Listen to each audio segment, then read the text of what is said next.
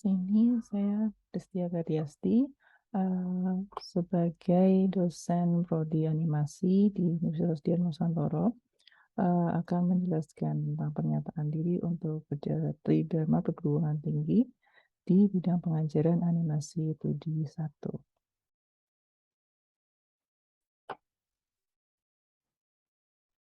Dan di mata kuliah yang saya ajarkan di sini saya berperan sebagai dosen pengajar utama di mata kuliah animasi 2D1. Di dalam pembahasan DIA atau di Delivery Interaction dan Assessment yang berisi deskripsi mata kuliah, capaian pembelajaran dan materi pembelajaran, metode pembelajaran, serta sistem bentuk penilaian, serta nanti saya berikan rekaman video pembelajaran yang berisi tentang interaksi dosen yang bersangkutan dengan mahasiswa di mata kuliah animasi 2D1. Identitas dari mata kuliah animasi 2D1 di sini lebih ke nama mata kuliah, yaitu animasi 2D1 dengan kode di A17 1B209. Jumlah SKS-nya ada 4 SKS dengan jenis mata kuliah teori dan praktek. Jadi di mata kuliah animasi 2D1 ini berisi tentang keterampilan mahasiswa di dalam menciptakan sebuah karya animasi 2D. Yang di sini di samping menganalisis karya animasi 2D, tapi juga di situ ada keterampilan dalam menciptakan, mengkaryakan, serta menggambar sebuah penciptaan animasi 2D. Baik di sini tradisional ataupun digital atau digabung dengan yang namanya tradigital. Nah, di sini penguasaan metode dan teknik dibuat dan dipraktekkan untuk nanti bisa diciptakan sebuah animasi 2D yang baik untuk untuk menciptakan sebuah kelas produksi animasi 2D untuk menciptakan sebuah karya film animasi 2D, baik tradisional atau digital.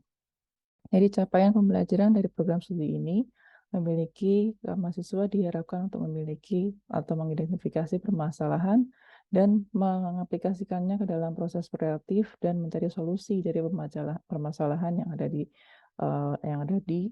mata kuliah tersebut. Kemudian ada metode dan teknik produksi film animasi, di mana animasi 2D1 ini memiliki berbagai teknik, cara, dan penguasaan metode yang nantinya mahasiswa mampu untuk menganalisis dan membuat sebuah metode yang baru. Dalam capaian pembelajaran mata kuliah di sini mampu merancang sebuah penciptaan karya animasi di mana mahasiswa bisa dan mampu membuat sebuah karya dalam bentuk teknik animasi 2D. Di mana mahasiswa juga mampu mengelola proyek penciptaan sebuah karya animasi 2D di sini, yang nantinya juga akan bisa dikembangkan menjadi sebuah karya yang bisa dikolaborasikan juga dengan karya-karya dengan teknik yang lain. Dari materi pembelajaran di animasi 2D sini, ada juga dasar animasi 2D, gambaran dari 12 prinsip animasi yang dijadikan dasar dalam sebuah pergerakan karakter untuk dijadikan sebuah karya film animasi. Dan prinsip animasi squash and stretch, di mana sebuah benda itu mampu mengembang dan menyempit sesuai dengan gerakannya. Kemudian ada prinsip slow in dan slow out, di mana ada pergerakan, percepatan, dan perlambatan dari sebuah gerak. Ada prinsip animasi follow through overlapping action, di mana ada beberapa benda yang mengikuti gerakan benda utama. Prinsip animasi anticipation, di mana sebuah karakter melakukan sebuah gerakan penentu, yang di mana si karakter ini nanti akan mengembangkan gerakannya tadi ke gerakan utama. Kemudian ada follow through pada work cycle. Jadi di mana karakter ini melakukan sebuah work cycle dan karakter ini nanti akan bergerak sesuai dengan benda-benda yang mengikuti si benda utama atau karakter utama ini bergerak sesuai dengan gerakan utamanya. Dan kemudian prinsip animasi solid drawing dan work cycle yang mengikuti juga sama seperti work cycle, hanya saja di teknik drag ini ada beberapa benda yang harus dipatahkan atau di sendinya dipatahkan dalam box cycle ini sehingga mengikuti prinsip animasi yang selanjutnya atau prinsip exaggeration. Kemudian ada center of gravity dan counterpose di mana ada fisika animasi yang mengikuti di gerakan utama si karakter tadi. Ada law of inertia di mana gerakan gravitasi juga sangat berpengaruh di animasi gerak. Kemudian ada weight gain and loss pada animasi di mana ada body mass dari karakter yang mengikuti gerakan gravitasi sama seperti follow through, hanya saja di sini berkaitan dengan apa yang ada atau melekat pada badan karakter. Kemudian ada prinsip exaggeration, di mana ada penglebihan di dalam gerakan karakter yang tadi digerakkan itu. Exaggeration ini ingin membuktikan bahwa animasi ini lebih hidup daripada bentuk live action. Nanti akan membedakan antara animasi dengan live action. Untuk secondary action, ini untuk mempertegas gerakan utama, dan breaking joint counter action sama seperti teknik drag. Di breaking joint ini lebih kompleks gerakannya dan masuk ke teknik lebih advance itu ada di pressure and weight.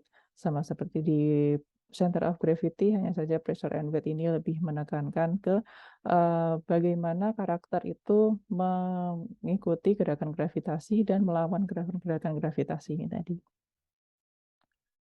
Untuk metode pembelajarannya, di sini saya menggunakan sinkronus dan asinkronus, di mana di sinkronus ini menggunakan media Google Meet untuk dilakukan secara daring, dan Kulino yang dilakukan untuk men-tracking penugasan mahasiswa dan mengikuti penugasan juga mahasiswa.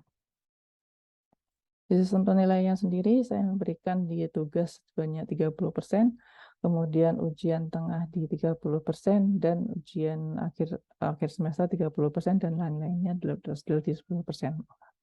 Nah, di penugasan ini lebih banyak di penugasan setelah pemberian materi. Di pemberian materi kemudian ada diberikan sebuah penugasan. Nah, penugasannya ini nanti akan direview di kelas berikutnya untuk men-tracking juga apakah mahasiswa ini bisa mengikuti atau sudah mengaplikasikan teknik yang saya berikan dengan benar. Dan kemudian setelah penugasan atau di review selesai, kemudian nanti saya lihat lagi di kelas review, di mana di kelas review ini nanti mahasiswa akan melihat bagian mana yang salah dan bagian yang benar untuk bisa diperbaiki untuk di penugasan setelahnya. Dalam bentuk penilaian sendiri ada penilaian dalam bentuk penugasan, assignment di sini, tes dan non-tes. Di assignment, mahasiswa diberi penugasan sesuai dengan materi pembelajaran yang diberikan. Untuk di tes sendiri akan diberikan semacam kuis yang diberikan pada saat proses belajar mengajar, dan kemudian ada non-tes yang diberi yang isinya adalah penilaian yang tidak bisa nilai dalam bentuk tes sikap ketika proses belajar mengajar.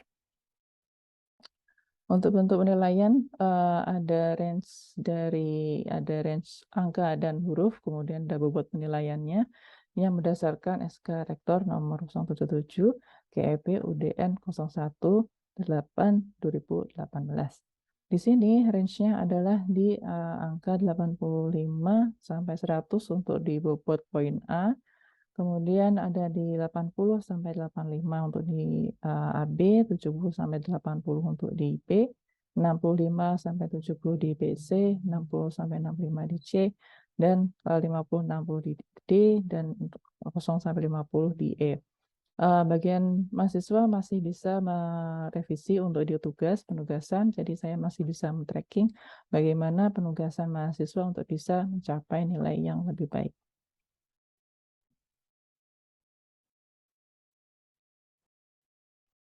Kita mau ngomongin tentang prinsip animasi lagi, yaitu arc sama slow in dan slow out, pengenalan penerapan. Ini ada salah teknik sebenarnya, nggak pakai di sini ya. Sama slow in slow out itu seperti apa, sama nanti ada weekly test juga untuk untuk pengaplikasian ball punching. Oke, yang pertama prinsip animasi arc dulu. Arc itu apa sih? Nanti relate-nya adalah ke penugasan yang nanti kamu bikin. Arc itu apa? Arc itu adalah jalur yang membentuk sebuah objek atau gerakan yang disebut arc. Nah, arc ini membantu untuk menampilkan gerakan yang lebih ekspresif. Acuan dari gerakan yaitu adalah di timing lengkungannya. Ya, namanya arc berarti kan melengkung. Arc itu kan artinya kurva ya. Kurva itu berarti lengkungan. So, hal yang sifatnya gerakan yang ada di animasi itu harus berprinsip pada sebuah lengkungan. Jadi nggak berlaku ke gerakan yang sifatnya mekanikal. Mekanikal itu apa sih? Mekanikal itu berarti sesuatu yang sifatnya mekanis, robotik dan segala macam. Gerakan kalau misalnya kamu referensinya gerakan robot itu gimana sih? Gerakan robot kan dia kan kaku gitu ya. Terus nggak bersumbu sama kurva melengkung ini tadi. Nah, gerakan paling sederhana dari aplikasi arc ini adalah lengkungan bola. Kemarin kita belajar tentang bola yang dari atas sampai bawah mantul lagi. Nah, kemudian kita lakukan lagi gerakan yang lebih kompleks, yaitu bolanya itu mantul menggelinding ke bawah. Oke. Nah, ini sama kayak penerapannya kemarin itu salah satu arc ini merupakan salah satu prinsip animasinya di teori prinsip animasi.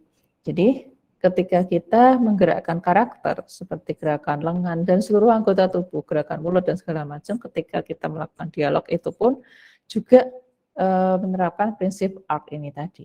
Contoh, ketika kita menggerakkan bola dari atas ke bawah, ketika dia mekanikal sifatnya, memantul kayak yang tadi ini ya. Kalau kita memantul gini, berarti seolah-olah dia si bola ketika sampai di ujung sini, ini kan berarti dia memantul dari ada objek yang ada di atas. Jadi seolah-olah dia mantul ke bawah. Dari atas terus ke bawah lagi. Jadi dia bertolak ke satu benda gitu. Nah, sedangkan kita ketika harus menampilkan prinsip arc, dia harus melengkung. Berarti ini kan otomatis harus ada yang namanya slow in dan slow out ini tadi gitu. Dan itu berlaku ke semua gerakan, entah dari menoleh, sesederhana karakter yang sedang menoleh pun itu juga mengaplikasikan hal tersebut. Sama kayak gini juga, ketika kita gerakan dari kayak ada tuas dari atas mau ke bawah, ketika kita tidak menerapkan prinsip animasi arc, otomatis dia bentuknya tuh kayak ada distorsi di tengah gitu loh. Nah, sedangkan kita menerapkan prinsip arc, itu berarti kita volumenya itu juga sesuai. Ya. Sama kayak ini juga. Ada orang dari atas ke bawah turun gitu, itu juga menampilkan arc juga. Ada lengkungan di situ. Ada orang jalan, ini ada arc juga. Ada orang lagi lagi nendang, itu pun juga menerapkan prinsip arc. Dan itu ketika gerakannya semakin kompleks, tentunya prinsip arc-nya juga harus berurutan juga gitu. Semakin kompleks, otomatis kita harus menentukan beberapa prinsip arc-nya yang yang relate ke gerakan yang mau kita bikin. Nah, contoh nih penerapan aplikasi arc di dialog ketika dia lagi ada karakter lagi ngomong, itu juga sama. Letaknya di mana sih? Letaknya di gerak bibir yang fleksibel ini tadi. Bagian fleksibel di mana sih? Di bagian ujung dan bentuk keseluruhan si mulutnya ini tadi. Kita bisa pakai yang di pinggir, terus kemudian dia masuk, ada suka sensasi kemarin ya. Prinsip suka sensasi juga berlaku di sini. So, ketika kita kalau misalnya ada yang bingung dan penasaran, berarti ketika kita menggerakkan satu gerakan pun itu berarti harus semua 12 itu ada di situ, tergantung. Yang jelas pasti ada lebih dari satu prinsip animasi ketika kita menggerakkan satu gerakan sederhana. Itu sih. Nggak semua harus 12, tapi pasti lebih dari satu. Ketika kita gerakin satu gerakan yang gerakan yang simple. Ya. Gerakannya juga salah satu gerakan yang simple paling sederhana. Jadi prinsip arc ini itu adalah membuat gerakan dengan bentuk dasar seperti ada lengkungan busur di situ. Sekali lagi pokoknya arc itu adalah satu gerak yang dia prinsipnya ada lengkungan. Entah itu bentuk lengkungannya C, S, atau segala macam, itu fleksibel, hanya saja dia harus berprinsip ada sebuah lengkungan.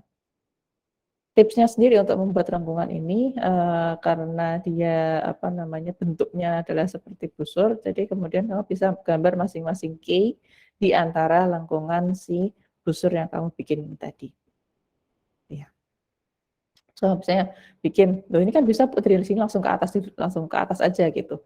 Nah, itu sekali lagi ditanyain, ini ada menerapkan prinsip arc enggak? Kalau misalnya enggak menerapkan prinsip arc atau gerakannya seperti mekanikal kayak robot, nanti keseluruhan gerakannya akan kelihatan kaku.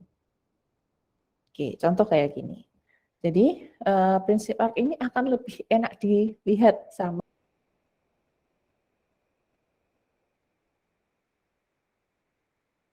ini yang terus.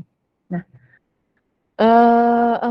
bedanya kalau misalnya di sini aku mau bikin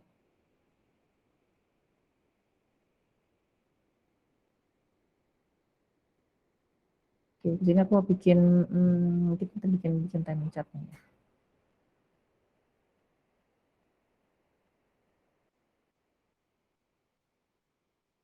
Oke, kamu bikin ini berarti saya mau bikin di on one dulu deh.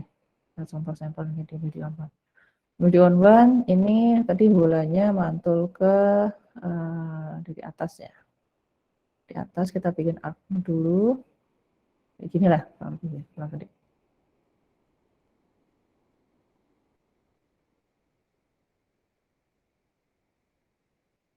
Taruh gini.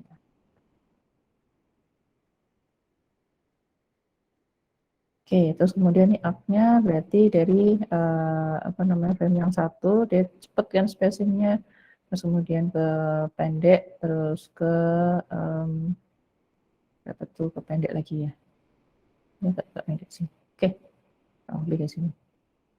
Ini berarti dia dari spacing jarang ke spacing ke rangkap malah.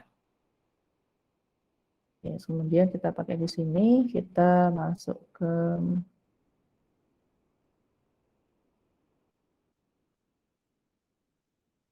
ini pakai on one. Nanti kita lihat seberapa cepat si on one ini ketika dia bikin ini.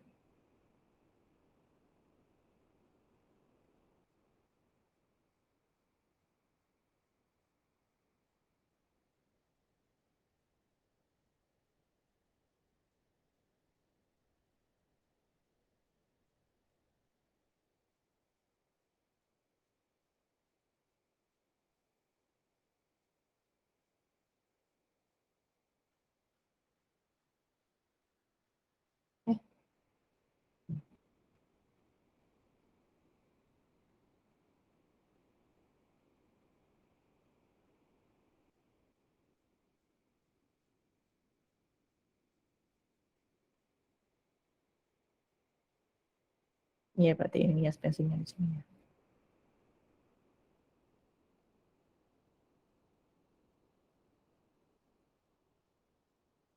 Volumenya perhatiin lagi juga dari awal sampai belakang itu sama apa enggak ya, tahan dulu.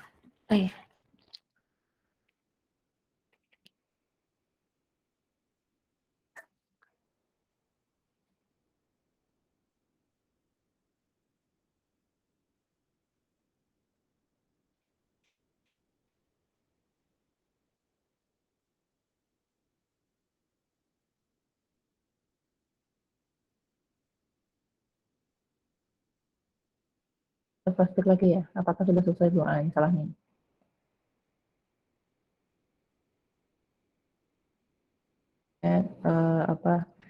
Back lagi, terus ke sini lagi, apakah sudah sudah pas? Kalau belum pas berarti ada yang salah, besar kecilnya diperhatiin juga.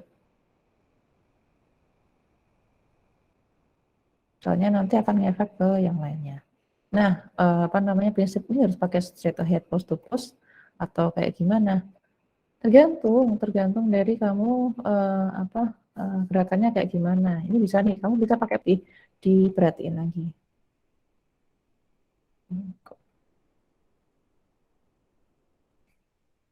Cepet kan? Nah, belum tak terusin di sini. Dia masih harus ada step lagi di sebelahnya lagi.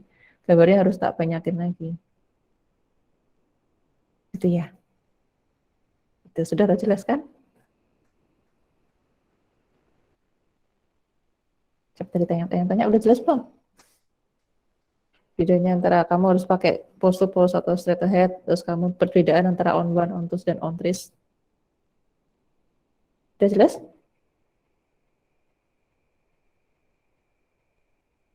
Ya, oke ya. Nah, saya mau tanya, Bu. Hmm. Misalnya kita pakai di 24 fps.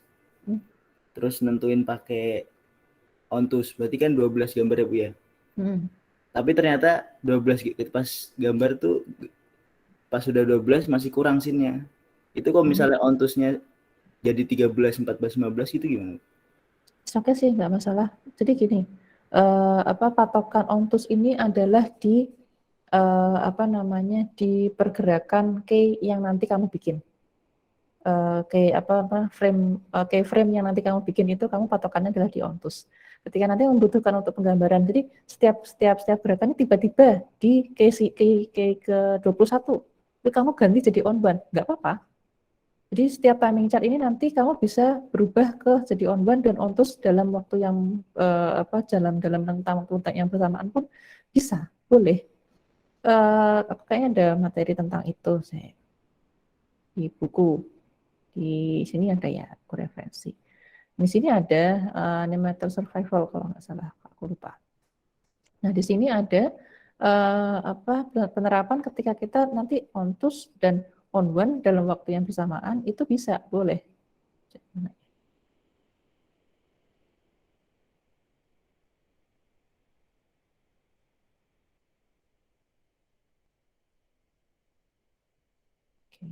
Tidak bukan.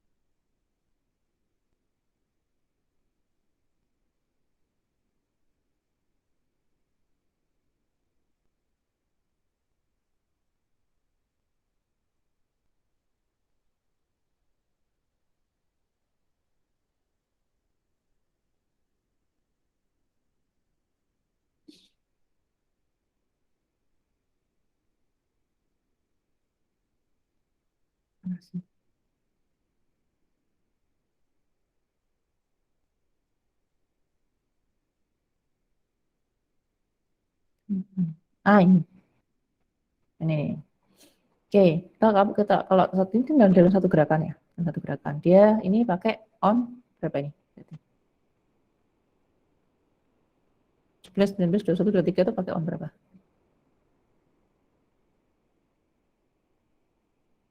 Berapa? Ayah. Ontus ya, Bu. Ontus, oke. Ontus lagi ya ini ya. Berarti ini ontus ya. Kemudian kita lihat dari frame ke 16, 20. Jadi on one. Gitu.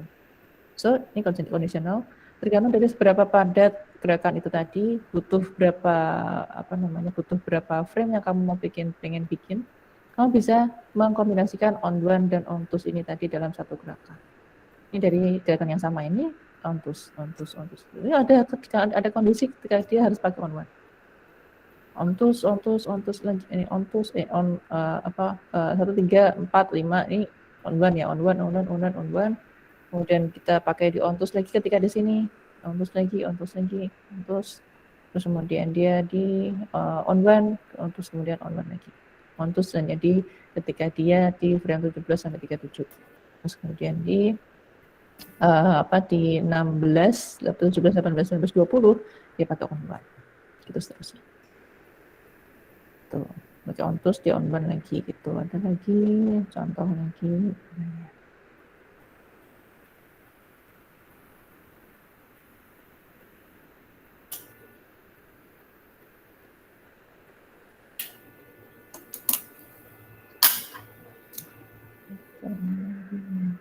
Banyak kok sampelnya.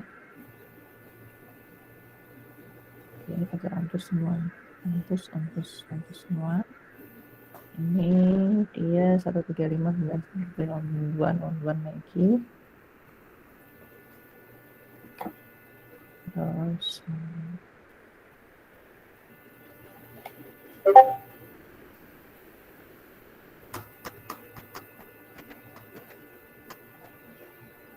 oke, ini ya juga nih.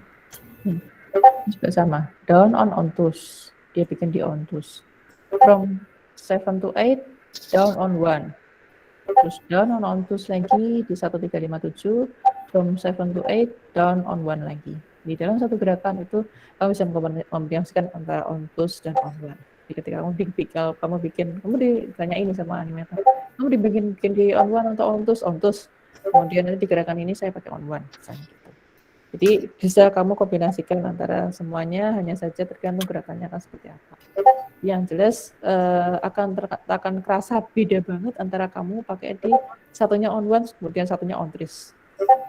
Perbedaannya cukup signifikan. Gitu. Patah-patahnya itu cukup signifikan. Itu sih ya. Berarti boleh berubah sewaktu-waktu gitu, Pak? Tergantung kondisional lagi, tergantung gerakannya kayak gimana. Kayak tadi ini kalau hanya kita lihat di sini gerakannya di sini butuh ontus, kemudian di sini kita pakai kombinasi on one ketika dia harus membutuhkan gerakan atau penggambaran yang lebih cepat untuk kamu pakai di on one. Gitu. Pas masuk ke adegan baru gitu ya maksudnya? Ya, lebih cenderungnya ke timing chart baru sih. Jadi kan kalau misalnya kamu main di sini, ini kan biasanya ada frame number-nya nih. Seharusnya sih memang kamu tuliskan frame number juga.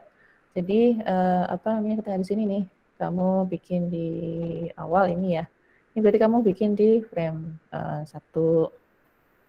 Jadi kita bisa tahu ini frame kedua di sini. Sorry.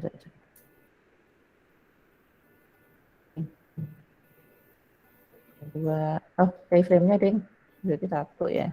1, terus 1, terus ini frame ke berapa nih berarti? 3, 1, 3, 4 ya berarti ya, 4. Berarti frame ke tuh, aku salah nulis. Di sini. Oke. 1 frame ke 3. Ini 6 ya, berarti ini 6.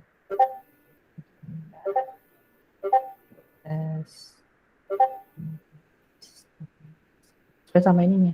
Itulah kenapa software yang kayak gini pentingnya di situ. Ketika kamu harus bikin di yang enggak ada timeline barin, ya kan susahan. Kamu akan nge-track, ini berapa ya, tak hitung saya, berapa ya 18 ini susah. Kalau sini kan ini udah ada nih. Ini udah berapa nih? 7. Jadi berarti kamu harus bikin 7. 9. 13 nih. 15.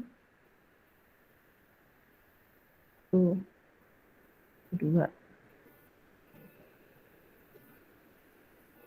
Ini 5. 7. Gitu seterusnya. 15, 17, 19, 21. Jadi kamu bikinnya ya berdasarkan si keyframe-nya, nanti kan kelihatan kamu bikin on one atau on two dari sini. 1, 2, 1, 2, 7, dan gitu seterusnya. Kamu si animator tadi tahunya adalah dari frame number sama timing chart. Kadang ada timing chartnya yang ditaruh di sini untuk nunjukin apa namanya ini keberapa nih, berarti ini 1, berarti ini 1, sini di 2, sini main di 3, ini di 4, ini di 5, kemudian ganti timing chart ini main di 3, 4 toh.